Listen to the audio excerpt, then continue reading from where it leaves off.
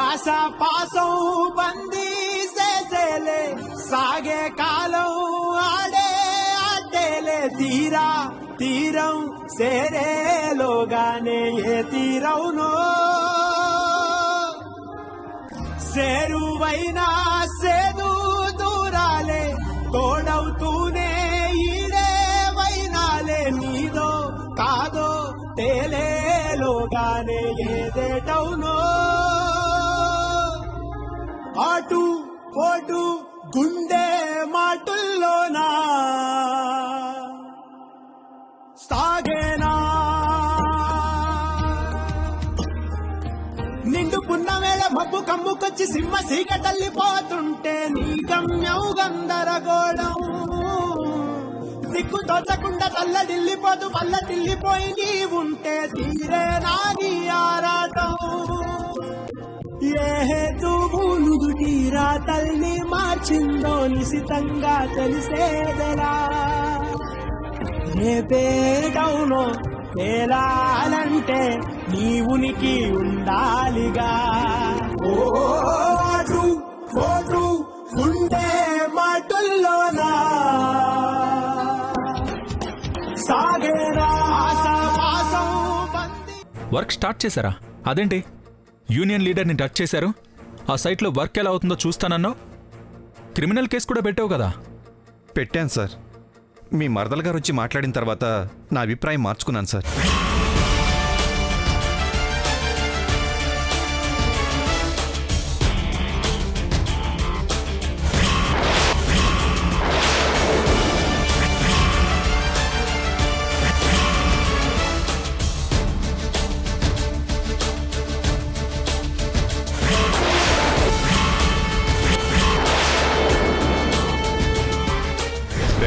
నేను చెప్పినట్టు చేయండి. మనల్ని అడిగేవాడు ఎవ్వడో లేడు.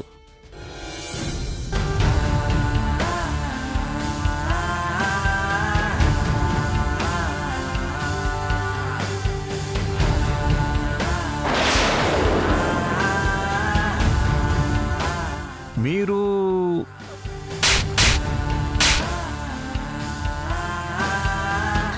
వెళ్ళండి.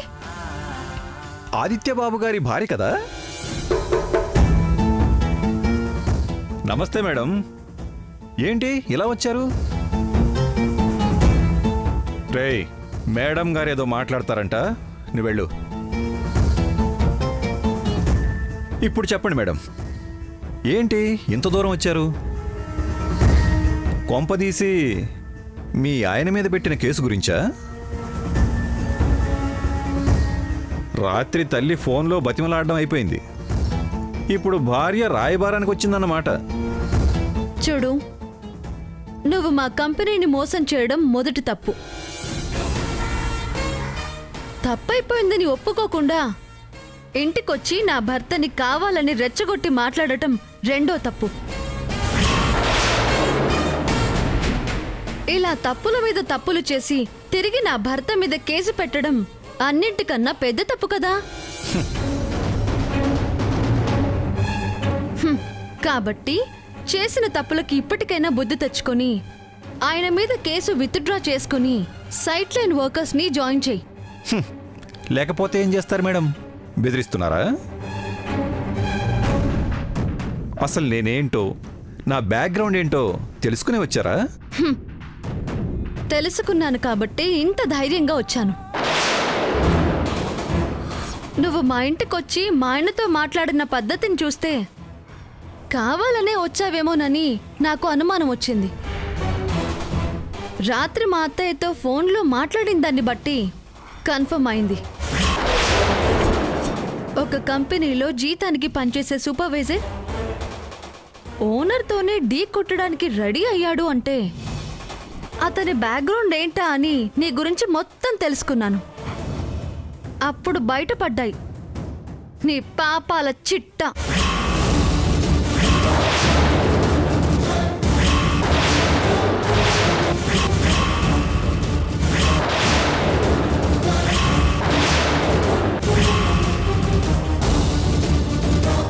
మొత్తం రాసుకొచ్చాను. మళ్ళీ నేను ఒకటో రెండో మర్చిపోతానేమో అని.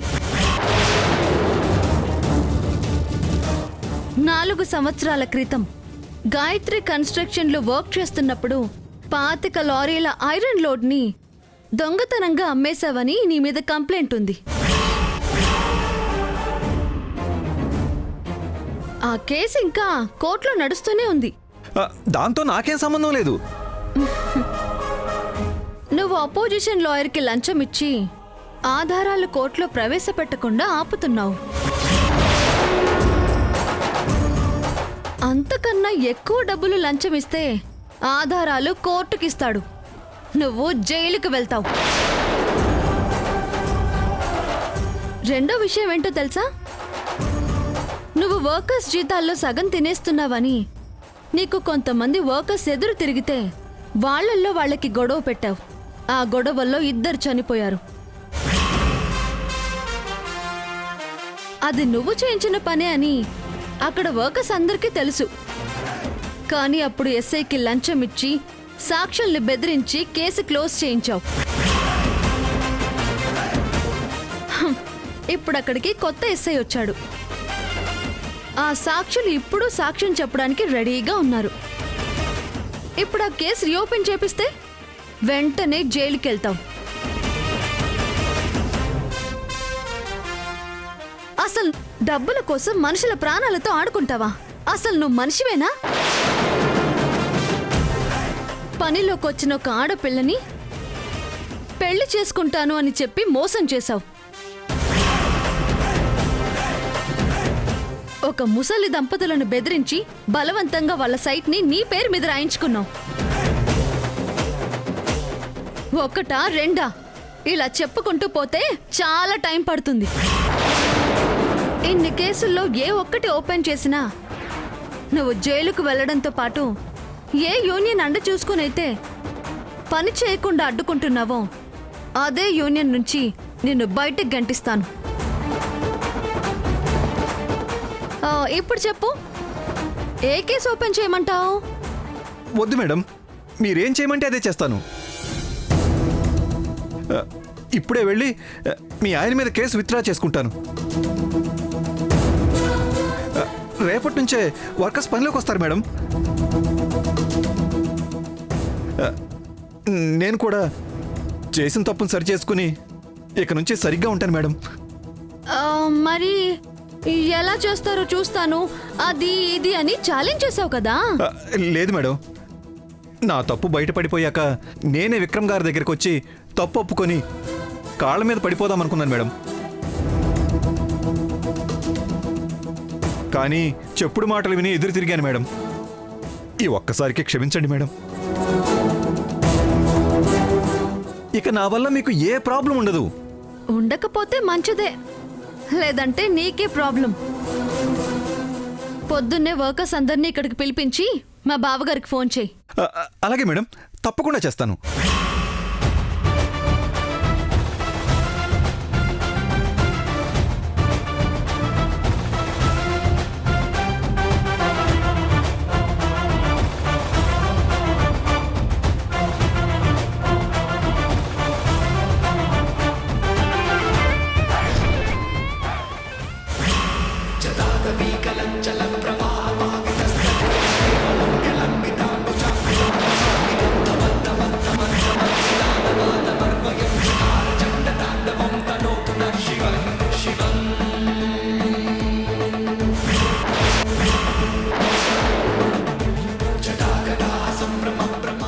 మర్యాదగా వచ్చి చెప్పిన తర్వాత ఎలా కాదంటాను సార్. సార్, ఇక నుంచి నా వల్ల ఎటువంటి ప్రాబ్లమ్స్ రావు సార్. వర్క్ అయిపోతుంది సార్. ఈ మాట మీ మరదల గారికి కూడా ఒకసారి చెప్పండి సార్. ఉంటాను సార్.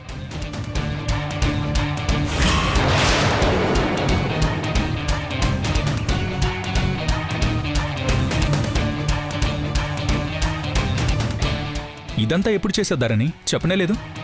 ఒక ప్రయత్నం చేశాను బావగారు, ఫలితం వచ్చినప్పుడే తెలిస్తే బాగుంటుంది అని చెప్పలేదు.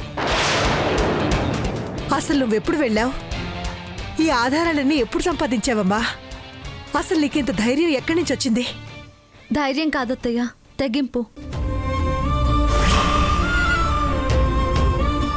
నాన్న వాళ్ళకి ఎవరికైనా ఆపదొస్తేనే తట్టుకోలేను. అదే నా భర్త ఆపదలో ఉన్నాడు అని తెలిసి నేనెలా ఊరుకుంటాను అత్తయ్య? ప్రాణాలకి తెగించైనా కాపాడుకోవాలి కదత్తయ్య.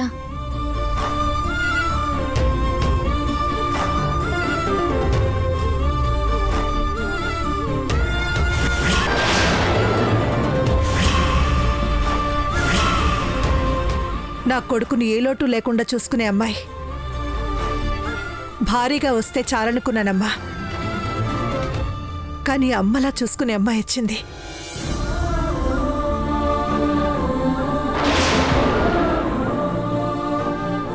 ఇక నా కొడుకు గురించి నాకెలాంటి బెంగ లేదు. ఒకప్పుడు శశికళ నుంచి కంపెనీని కాపాడావు, నాన్న ప్రాణాలు పోకుండా అడ్డుపడ్డావు. ఇప్పుడు కంపెనీతో పాటు ఇంటి పరువు మర్యాదలు పోకుండా కాపాడు. ఈ ఇంటి పెత్తనం పొందడానికి నువ్వు అర్హురాలువని మరోసారి నిరూపించుకున్నావు.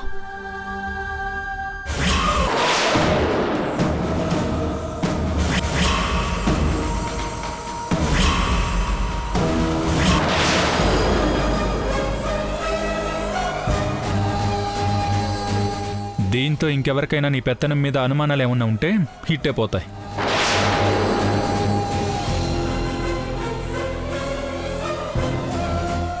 నీకు థ్యాంక్స్ చెప్పాలనుంది టైలర్, కానీ అది చాలా చిన్నదైపోతుంది.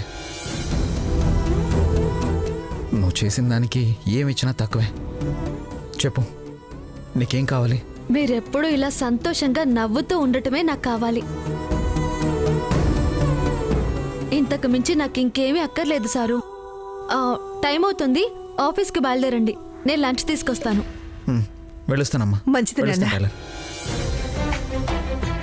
వదినా, ఆఫీస్కి వెళ్ళొస్తాను.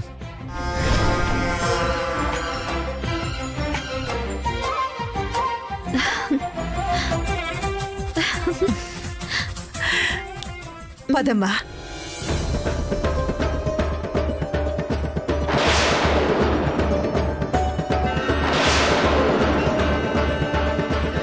అమ్మా, నీ చెల్లెలు మామూలుది కాదు. ఆ సూపర్వైజర్ గుట్టంతా బయటికి లాగేసి వాడిని బెదిరించి ఒక్క పూట్లో మొత్తం సెట్ చేసేసింది. హె, డిటెక్టివ్ కూడా ఇంత ఫాస్ట్గా పర్ఫెక్ట్గా చేయలేడేమో. ఇదే ఉంది శోభన్ రాజు.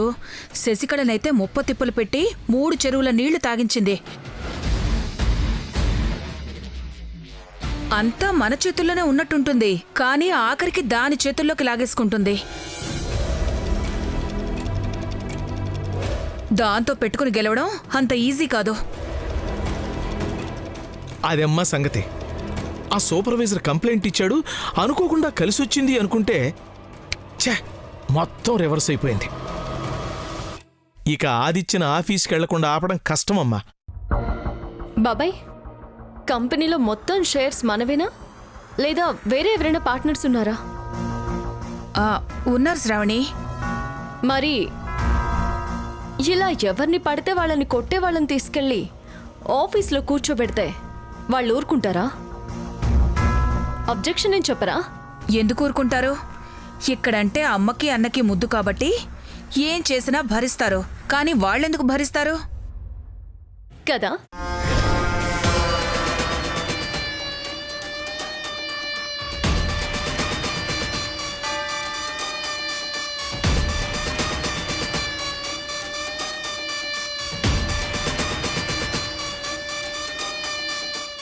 అదండి విషయం. ఇంతకన్నా మంచి ఛాన్స్ మళ్ళీ మీకు దొరకదు. వాడుకోండి. పిన్ని, పనవుతుందా? తప్పకుండా అవుతుంది. రమేష్ రావని చాలా తిరకాసు మనిషి. మా అన్నయ్యతో పైకి మంచిగానే ఉంటాడు, కానీ లోపల మాత్రం పీకల దాకా కోపం ఉంది. అన్నయ్య వాళ్లను ఎలాగైనా ఇరుకును పెట్టే అవకాశం వస్తే అస్సలు వదులుకోడు. ఇప్పుడే ఆఫీస్కి బయలుదేరుతున్నాడు. గుడ్ న్యూస్ కోసం వెయిట్ చేసి రావణి.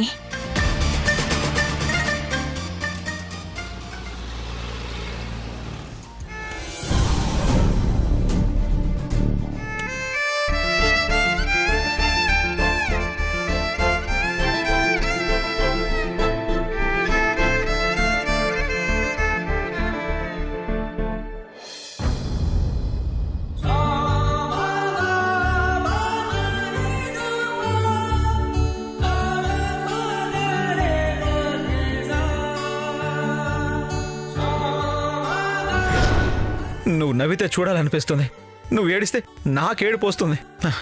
నీ కన్నిటికి కారణమైన వాళ్ళు ఎవరైనా సరే చంపేయాలనిపిస్తుంది. ఇది ప్రేమైతే ప్రేమే, ఇష్టమైతే ఇష్టమే, ఇష్టమైతే ఇష్టమే, ఇష్టమైతే ఇష్టమైతే ఇష్టమైతే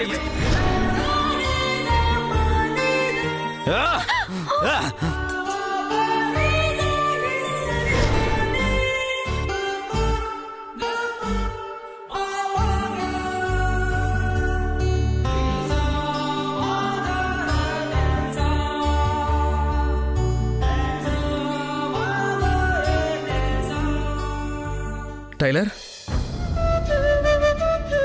టైలర్, ఏంటి నన్ను అలా చూస్తే అక్కడే ఉండిపోయావు?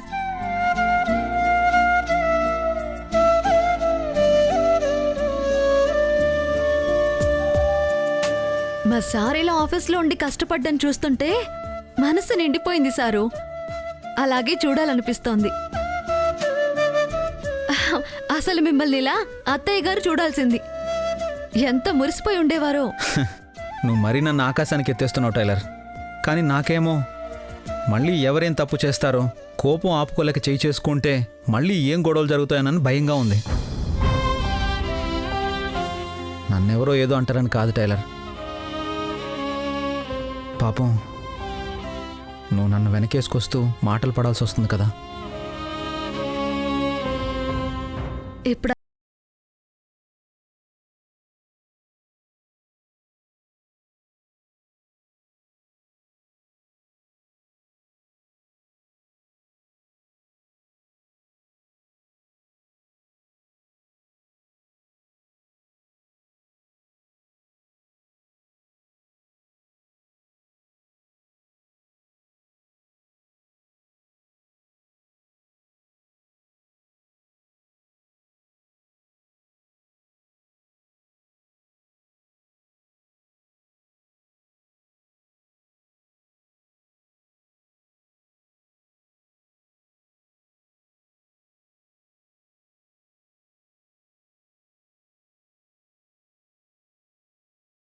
కానీ మిగతా వాళ్ళు అంటున్నారు కదా, నా వల్ల కంపెనీ మొత్తం నాశనం అయిపోతుంది అన్నట్టు మాట్లాడుతూ ఉంటే ఎంత బాధగా ఉంటుంది. అనేవాళ్ళు ఎలాగైనా అంటారు సారు. అవన్నీ ఏం పట్టించుకోవద్దు. అయినా మీ కోపం వల్ల ఏమైపోతుందో అనే చిన్న భయం ఉంది చూసారా? ఆ భయమే మీకు కోపం రాకుండా అడ్డుపడుతుంది.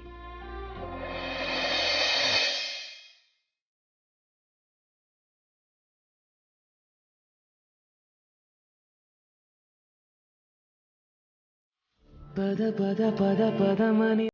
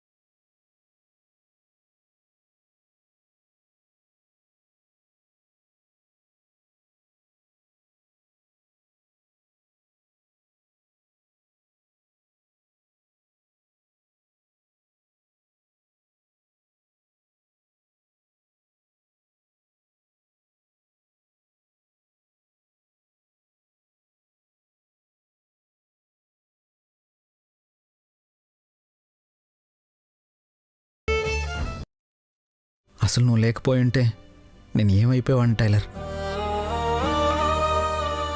నిన్ను అర్థం చేసుకోకుండా ఎంత ఏడిపించానో కదా. ఏం పర్వాలేదు సారు. నాకైతే మిమ్మల్ని ఇలా చూస్తుంటే ఎలా ఉందో తెలుసా? కొత్త జీవితం ఇప్పుడే మొదలైనట్టు, ప్రపంచంలో ఉన్న సంతోషం మొత్తం నా దగ్గరే ఉన్నట్టు. అసలు నా గతమేమీ గుర్తులేదు. ఎప్పుడూ సంతోషంగా ఇలా ఉంటే చాలు.